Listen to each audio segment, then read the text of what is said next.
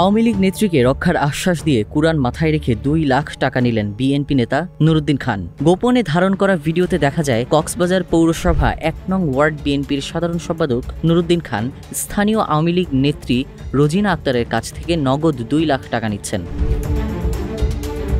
এ সময় মাথায় কুরআন শরীফও তুলেছিলেন তিনি। আওয়ামী লীগ নেত্রী রোজিনা আক্তারের অভিযোগ, প্রথমে তাকে রাজনৈতিক ও পুলিশি হয়রানি থেকে বাঁচানোর আশ্বাসে টাকা নেন নুরুদ্দিন, পরে আরও টাকা দাবি করেন। রাজি না হলে হুমকি দেন বলে অভিযোগ করেন তিনি। ভিডিওটি সামাজিক যোগাযোগ মাধ্যমে ছড়িয়ে পড়তেই ক্ষোভের ঝড় ওঠে। অনেকেই লিখেছেন, এটি শুধু প্রতারণা নয়, পবিত্র ধর্মগ্রন্থের অবমাননাও।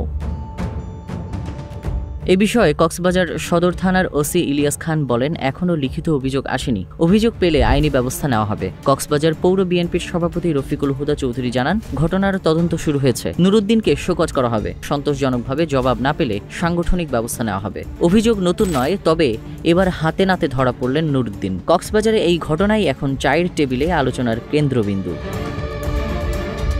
News desk, news flash 71।